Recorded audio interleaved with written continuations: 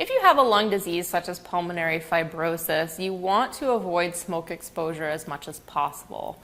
One of the best ways to do this is to create some sort of clean room in your home where you have an air conditioning unit and an air cleaning unit so that when it gets smoky outside, you can keep that room cool and clean and comfortable to ensure that your breathing is as good as possible.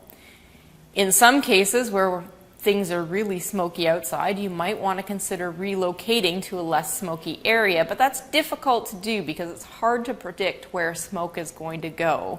The better option is to be prepared to protect yourself in home. This is what we call sheltering in place. It often makes sense to people that wearing a mask may help to protect them from smoke, but this isn't something that we recommend, and we especially do not recommend it for people with chronic respiratory conditions.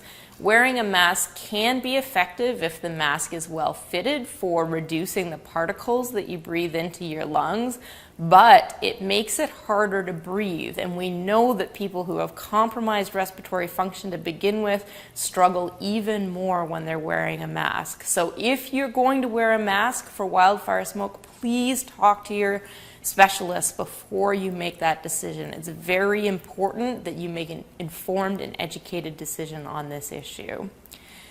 Air conditioning units in and of themselves cannot be very effective from removing smoke from the air. They are most effective when they're used in combination with some sort of HEPA air cleaner.